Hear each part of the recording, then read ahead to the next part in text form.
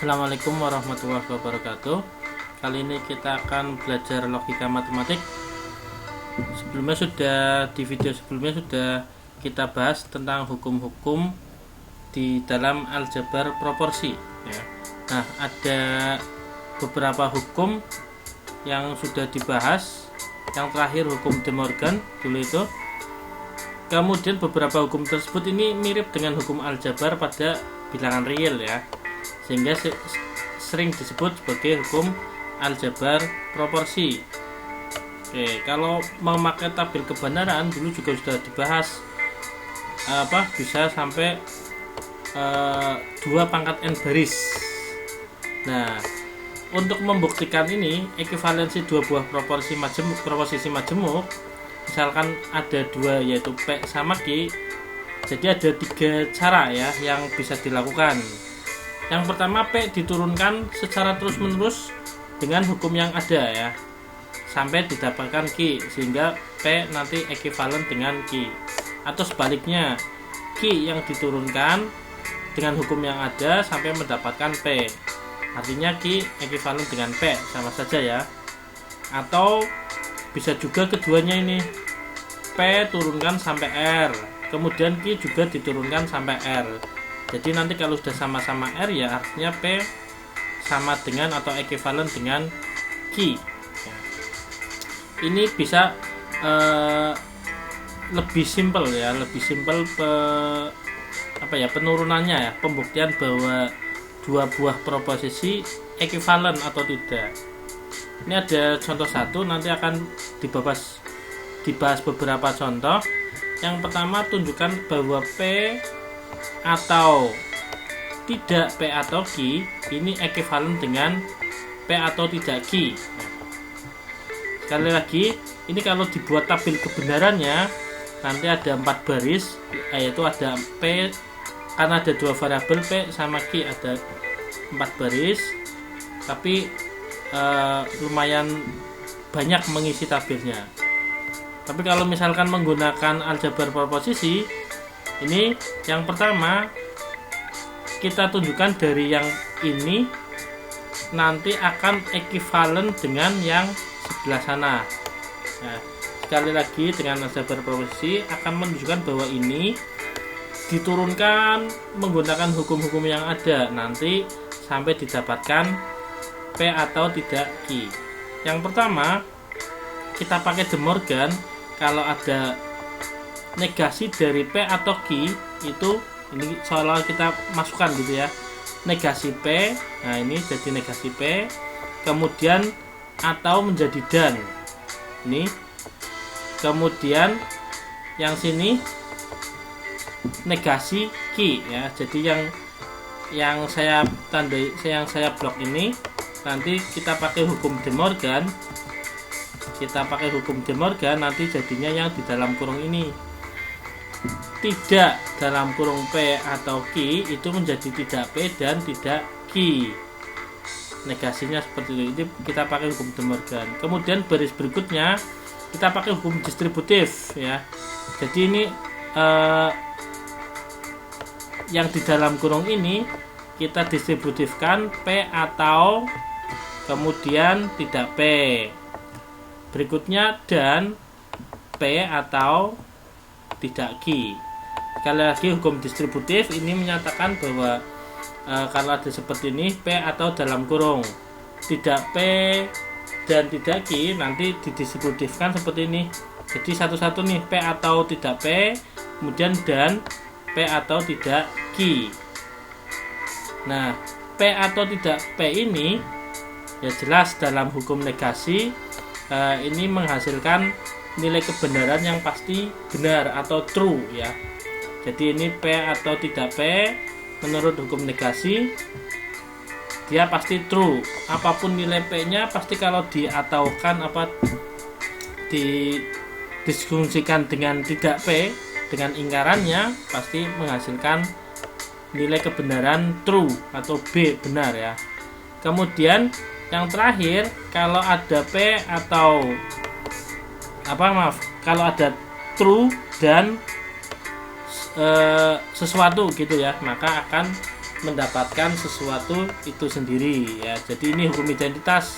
Kalau true dan X misalkan, itu pasti X itu sendiri, tergantung nilai kebenaran X-nya. Ini hukum identitas menyatakan seperti itu. Jadi ini sudah kita dapat nih bahwa P atau tidak P atau Q ini ekuivalen dengan P atau tidak Q.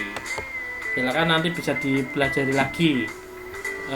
Bisa juga dengan menggunakan tabel kebenaran ya sebenarnya, tapi lebih mudah bisa pakai yang seperti ini dengan menurunkan sesuai hukum-hukumnya. Ini tabel kebenarannya seperti ini.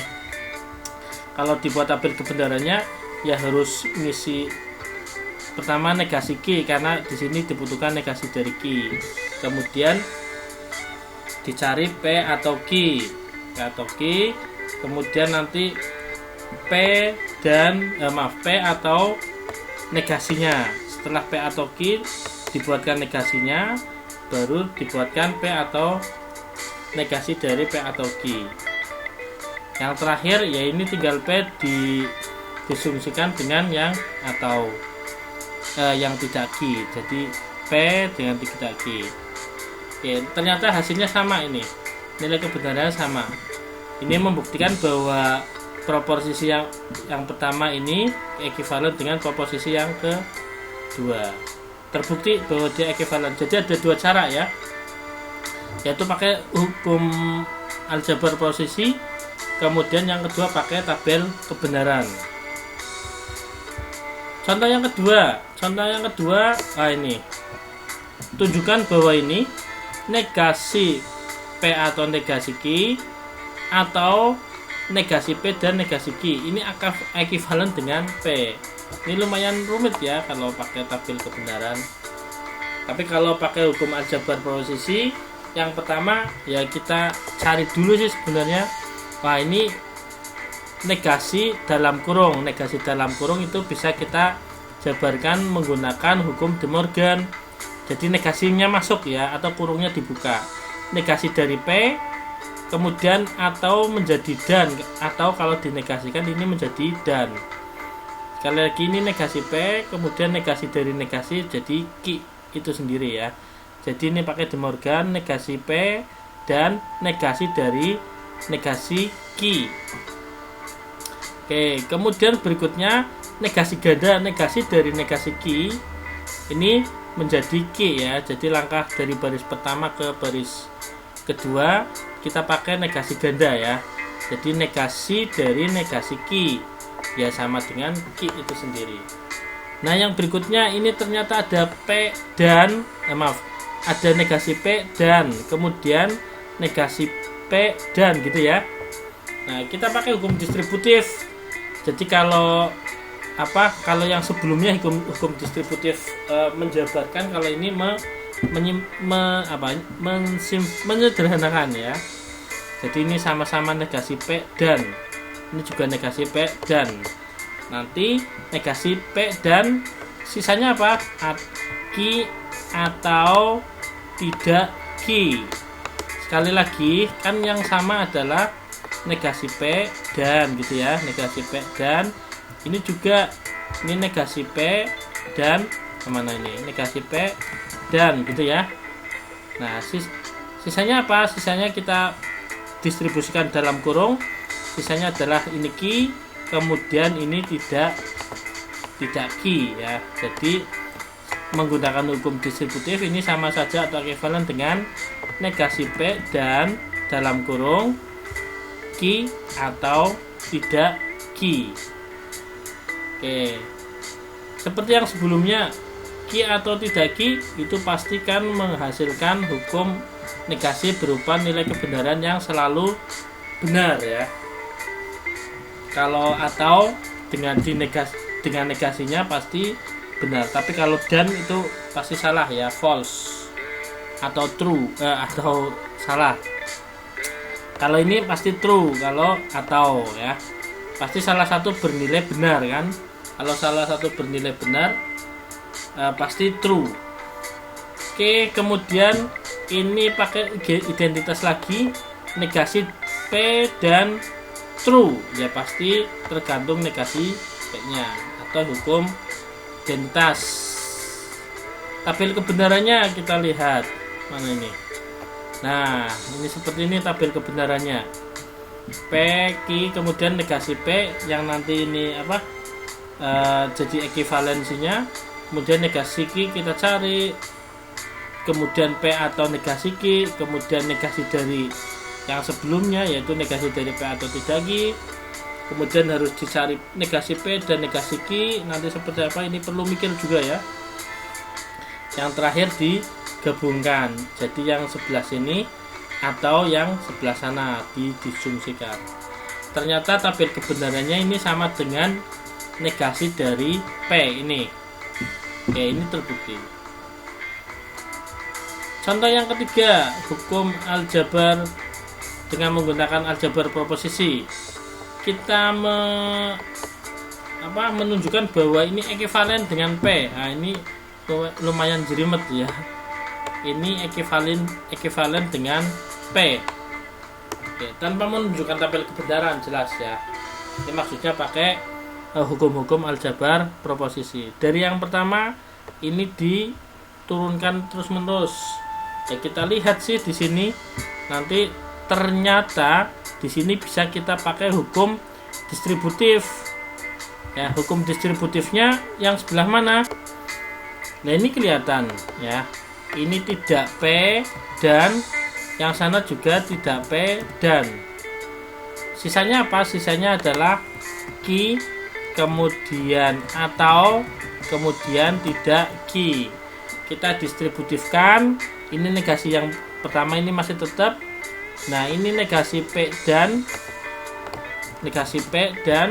kemudian ini dalam kurung lagi Q atau tidak Q. Yang sebelah, yang seterusnya masih tetap.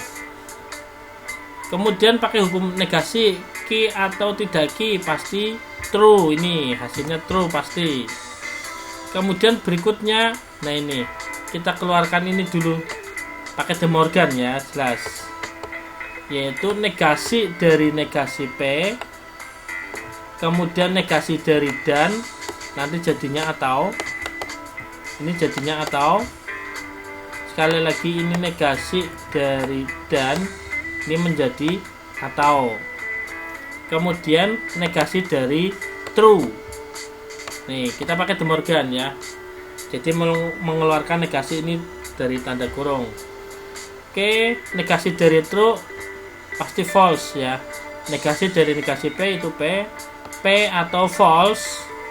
Kemudian P atau false, kemudian atau P dan Q ya. Jadi kita pakai hukumnya ya, hukum negasi dan negasi ganda. Hukum negasi ganda mana? Ini hukum negasi ganda. Hukum negasi mana? Nah, ini hukum negasinya jadi false. Kemudian berikutnya ini ada P atau F ya. P atau F ya pasti pasti P ya, tergantung P.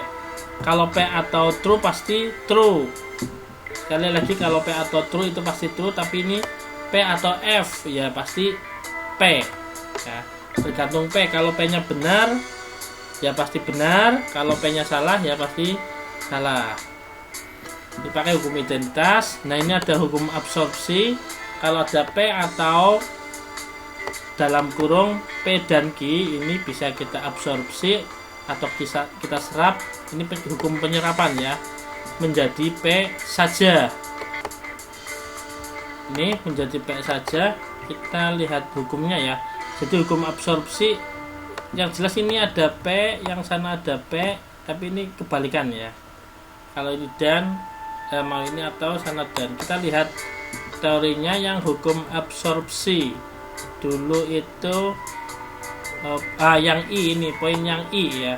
Jadi kalau ada ini P atau dalam kurung P dan, itu menjadi P saja, atau gini P dan dalam kurung P atau Q gitu ya. Nanti Q-nya otomatis hilang ya. Itu hukum absorpsi. Oke, kita kembali ke soal yang tadi, yang contoh 3 ya, hukum absorpsi tadi. ini jadi P. Jadi sudah terbukti bahwa dia ekivalen dengan P, bahwa yang seperti ini, yang jelimet ini ternyata sama saja nilai kebenarannya dengan P. Nanti silakan tabel kebenarannya bisa dicocokkan. Yang 4 ini terakhir saja. Contoh yang keempat, buktikan bahwa P atau negasi P dan Q ini adalah sebuah tautologi. Tautologi apa? Berarti ekivalen dengan true ya. Nanti akan dibuktikan seperti ini.